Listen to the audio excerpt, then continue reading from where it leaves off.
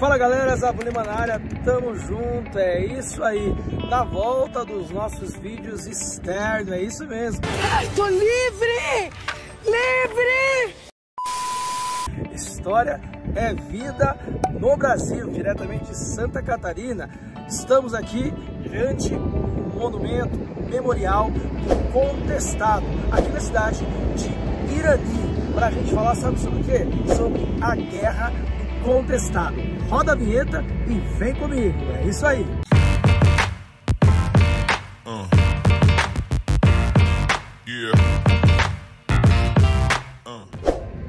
Bom pessoal, é isso mesmo, né? Fazia tempo que vocês não viram os vídeos externos, né? Então a gente está diretamente aqui na cidade de Irani, em Santa Catarina, na famosa região do Contestado, para discutir com vocês estão estudando para o Enem, para os vestibulares, obviamente que já ouviram falar sobre o período da República Velha, que vai lá de 1889 até 1930. E quando a gente estuda a República Velha, aliás, aqui na nossa playlist tem, aqui passando aqui em cima, um vídeo completo falando sobre as revoltas da República Velha. E dentre as revoltas da República Velha, pessoal, obviamente, se destaca as chamadas revoltas sociais, aquelas que foram ali, tiveram como escopo geral, né, contestação social sobre alguma situação, crise que aconteceu ali durante as presidências dos famosos presidentes da República Velha, que também tem um vídeo completo falando sobre os presidentes da República Velha. Esta revolta específica, que também pode ser conhecido como, né, apenas aparece às vezes nos vestibulares como contestado, às vezes aparece revolta de contestado e também a guerra do contestado, beleza? Então as três formas está correto. Ela está dentro das revoltas sociais que aconteceram ali na primeira fase da República Velha, até a Primeira Guerra Mundial é a primeira fase da República Velha. E ela tem esse escopo, né, de questões sociais, de simplesmente aí colocar, né, a população, questões populares em primeiro plano, que difere daquelas revoltas políticas que também acontecem na República Velha. Em Contestado, pessoal, a gente pode então colocar, né, um dos principais assuntos que marcam essas revoltas sociais e rurais, porque também é uma revolta de população que estava ali relacionado às questões, né, rurais ou pontualmente colocadas dentro de uma região mais ruralizada, que é o famoso messianismo. O messianismo também faz parte desta revolta famosa do Contestado. A gente ainda vai gravar diretamente lá da região de Canudos a famosa revolta, né, messiânica da Bahia, chamada de Canudos. Aqui nós estamos em Santa Catarina e o nome Revolta do Contestado é justamente por causa desta ideia, né, de que era uma região contestada entre o Paraná e a Santa Catarina. Certo? Havia disputas jurídicas, né, sobre os estados do Paraná e de Santa Catarina, desde quando eram províncias lá no Império e durante a República a ideia então, né, de estados. Bom pessoal, essa região também, obviamente, né, o Império do Brasil expandiu esse território, tinha já tomado regiões que hoje fariam parte do Paraguai. Então disputas territoriais sempre existiram na formação do que é o nosso chamado Estado brasileiro. E nesse ponto, pessoal, Contestado tinha esse nome, por causa das disputas entre, né, a jurisdição do estado do Paraná e a jurisdição do estado, né, de Santa Catarina. Eles disputavam essa região, que era uma região muito rica em produção de erva mate e uma região, obviamente, com muita presença araucárias, né? Então a extração da madeira era muito forte desta ideia, tudo bem?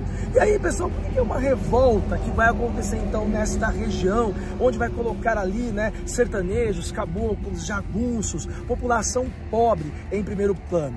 Bom, é aí que vem a história de um magnata, né, o Percival Facir.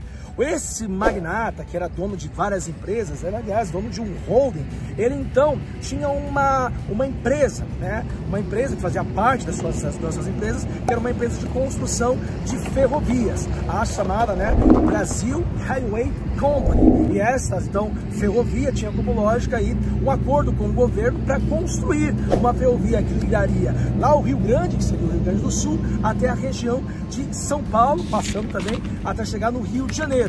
E a parte da construção seria essa região aqui do Contestado. E o Percival Fakir foi contratado, fez um acordo com o governo para fazer essa construção. E neste acordo da construção da ferrovia, pessoal, ele também tinha uma outra empresa, né, que era a Soderbrauss Land Colonization, que era uma empresa de extração também de madeira. Então ele teria aí, né, nessa região que era gigantesca, 15 quilômetros ao lado da ferrovia, certo? Dos dois lados, para fazer a exploração da madeira nessa região. Foi justamente neste ponto, pessoal, que ele, na construção da ferrovia, mais de 8.000 pessoas vieram para essa região, dentre eles trabalhadores, pessoas que vieram de várias partes aqui do Paraná e de Santa Catarina e que ficaram aqui para trabalhar na construção dessa estrada de ferro, né, contratado pela companhia. E a gente sabe, né, que no Brasil como é que é, né, as coisas começam, não terminam. É verdade. A construção ficou largada e os caras ficaram ali sem ter o que fazer, ficaram atidos, ficaram ali esquecidos. E, obviamente, pessoal, que começaram ali, a própria empresa e o magnata, e o Percival Fakir, começaram a reivindicar que essas terras pertenciam a eles. E esses trabalhadores que ficaram aqui mendigando, sem trabalho, sem ter o que fazer, eles também tinham posses de terras nessas regiões. E eles começaram a defender as suas terras em detrimento à exploração feita pela empresa do magnata americano. Foi aí que nesse ponto, pessoal, entra ali a participação dos famosos monges, e é o chamado messianismo. A história do messianismo no Brasil, todo mundo lembra lá em Canudos, na região da Bahia, com o famoso Antônio Conselheiro, aquele líder messiânico que vai fazendo as suas pregações, e neste ponto ele gera ali o famoso messianismo, que é mais conhecido nos vestibulares, mas também tem o messianismo aqui na região do Contestado, com os monges aqui da região de Contestado. O primeiro monge aqui famoso aqui é o José Maria Agostini, de origem italiana, finalzinho do século XIX. Aliás, no meu período do Antônio Conselheiro, lá na Bahia, ele rondou nessa região aqui do Contestado, era uma espécie de curandeiro, conhecia as ervas medicinais e fez bastante trabalhos com a população nessa região. Depois ele acabou morrendo, né, no finalzinho do século XIX, e surgiu um segundo monge, esse aí o mais famoso, João Maria. O João Maria, pessoal, ele também tinha sua relação com a curadaria, conhecia as ervas medicinais e também era visto aí, né, como um messiânico, aquela pessoa que pregava o fim do mundo, o fim dos tempos, e que corria muito aí com os pobres e os miseráveis, curando, ajudando as pessoas e tudo mais. Então, neste ponto, o João Maria, ele virou uma espécie de símbolo, né, daquilo que seria ali, né, uma ideia do messianismo.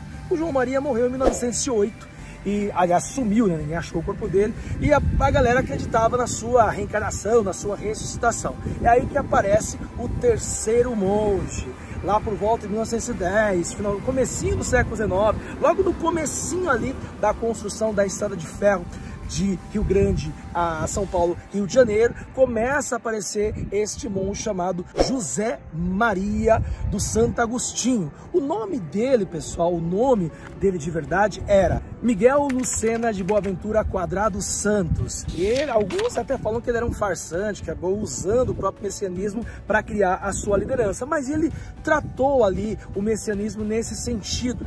Ele era contra o republicanismo, ele falava mal da república, ele falava da volta da monarquia, aliás, a criação de uma monarquia celestial. Aí era famoso porque ele ficava andando por essa região, né, buscando regiões com água, e aí foi o famoso chamado quadrilátero, né, celestial, onde, aliás, até o símbolo da bandeira do que seria essa nova monarquia branca, com a cruz, né, aí em verde. E aí, pessoal, ele angariou muitos seguidores, principalmente essa galera que estava ali, né, perdendo, né, o seu sentido de vida por causa da construção da estrada de ferro. E aí, com o fim, ou melhor, né, a paralisação da construção e a briga entre a empresa, né, e os poceiros, os caboclos, os trabalhadores desta região, eles passaram a seguir o monge José Maria do Santo Agostinho, e eles passaram então a tomar posse de regiões e viver sem a tutela do Estado,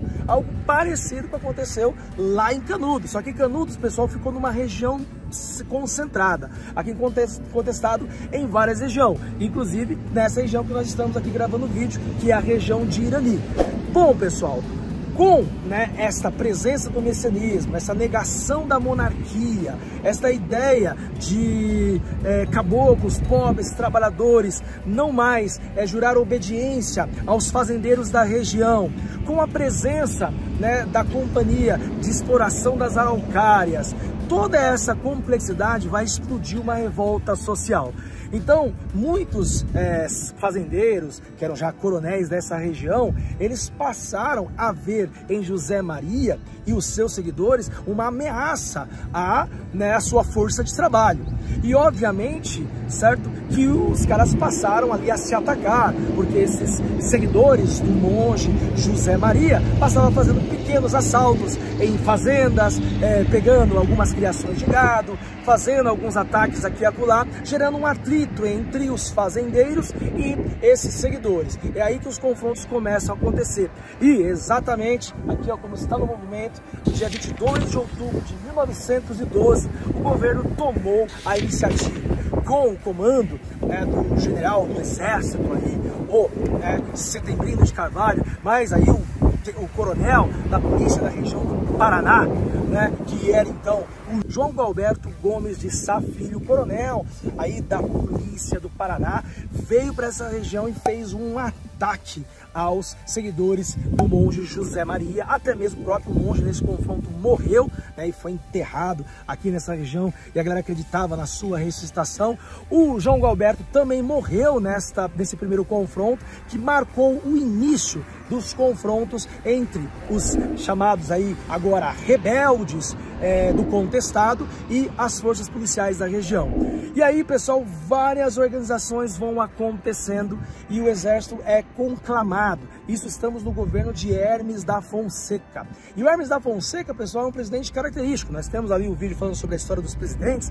E aí a gente sabe que o Hermes da Fonseca começou o seu governo em 1910 e terminou em 1914. Era um marechal, um general do exército, Marechal Hermes da Fonseca. Tinha ali uma maneira de olhar a política de uma maneira bem rígida, a famosa política das salvações, de intervenções em regiões que não aceitavam o seu governo. Então, para não perder força política nesta região por conta desse movimento do messianismo, certo? O Hermes da Fonseca desce o exército aqui na região do Contestado e várias batalhas vão acontecer ao longo dos anos de 1912 até 1916. Com a morte do monge José Maria, o terceiro monge, e aí a promessa da ressuscitação dele e tudo mais, a gente sabe que a religião tem esses pareceres, ele não ressuscitou coisa nenhuma, mas vai aparecendo outros líderes no decorrer deste movimento, como por exemplo, a Beata, aí a Beata Maria Rosa, que era uma menina de 15 anos, que andava sobre um cavalo, com espingarda, com flores no cabo, e a Joana d'Arc do Contestado. Vai criando as lendas e os mitos, assim como o Beato Joaquim, um menino. Imagina, pessoal, e aí falam-se que esses vários líderes, e também no finalzinho da Guerra do Contestado, o líder Deodato Manuel, que aí já é um cara mais relacionado ao movimento, dos trabalhadores, dos camponeses e também, obviamente, representando os jagunços, certo? Então esses vários líderes vão acontecer em várias regiões. Então, como eu falei, diferente lá de Canudos, que era totalmente centrado numa mesma região, que é a região do Belo Monte, aqui a Guerra do Contestado aconteceu em várias regiões entre o Paraná e Santa Catarina. E o governo foi mandando tropas para cá. Uma coisa que fica para a história, e vários historiadores atestam isso, que é a obstinação desses revoltosos em resistir às investidas do governo, sem técnicas de luta, mesmo tendo alguns jagunços que sabiam algum tipo de técnica, mas há indícios, pessoal, que eles sabiam lidar com o facão, porque eles trabalhavam com ele, eram exímios, destredores aí de utilizar as facas e os facões. Mesmo assim, pessoal, não dá para existir um exército, mas o que fazia esses caras resistirem cada vez mais às empreitadas do exército? É aí que vem, pessoal, o fascínio da Guerra de Contestado, que eles acreditavam que eles iriam para o céu, que eles estavam lutando numa guerra santa por causa do messianismo dos monges que colocaram isso na cabeça dessa galera. Mas é impressionante essa revolta. envolveram mais de 20 mil pessoas. Os números variam, né? Falam que morreu aqui entre 8 mil até mais ou menos 15 mil, mas aí ficamos entre 10 mil pessoas mortas, que acreditavam em algo que eles estavam lutando pela defesa da sua terra, lutando pela salvação da sua alma numa guerra santa. Pessoal, uma história esquecida, uma história que não é tão falada nos livros de história, às vezes passa assim por cima, né? Mas a gente aqui no canal História Vida, viajando na história, trouxemos aqui a história da Guerra do Contestado. O final da guerra todo mundo já sabe, né, pessoal? Foram massacradas mais de 10 mil pessoas. Tem uma região aqui, na região de Freiburgo, pessoal, onde tem um crematório, onde, né, naquela região, mais 600 pessoas foram mortas, né, enforcadas, decapitadas e cremadas pelo governo. A maneira como o governo brutalizou esses revoltosos foi de um ódio, de uma raiva contra essa população que resistiu, né, ao poder do governo. Tal como Canudos, que morreu mais de 20 mil pessoas, aqui no Contestado mais de 10 mil pessoas perderam as suas vidas lutando contra, né, a opressão dos fazendeiros, do governo. E, obviamente, né, que com o sacrifício desses caboclos, desses jagunços, desses miseráveis, não resolveu a situação, porque ainda a terra está na mão, né, do governo, a terra está na mão dos fazendeiros, produtores de erva, também dos madeireiros, né? E estamos aqui em Irani, em Santa Catarina, numa das regiões contestadas. Na época da Guerra do Contestado, Irani pertencia ao Paraná, agora pertence a Santa Catarina, né? Alguns outros municípios surgiram, né, nesta briga, como Chapecó, Concórdia, né? Então a gente tem ali, a jurisdição foi feita logo depois da guerra, o que era território de Santa Catarina, o que é território de Paraná. E fica aqui, pessoal, a imagem, né, do monumento do Contestado aqui em Irani, Santa Catarina, que mostra aqui a cruz do messianismo, as mãos do caboclo segurando essa cruz, né, as balas que ceifaram a vida de mais de 10 mil pessoas na Guerra do Contestado, a conhecida Batalha Esquecida do Messianismo, aqui do Sul, em Santa Catarina e Paraná. Valeu, pessoal, Zalvo Lima na área, curte, compartilha, ativa o sininho para receber as notificações. Até mais, voltamos com os vídeos externos, hein? Valeu, tchau, tchau!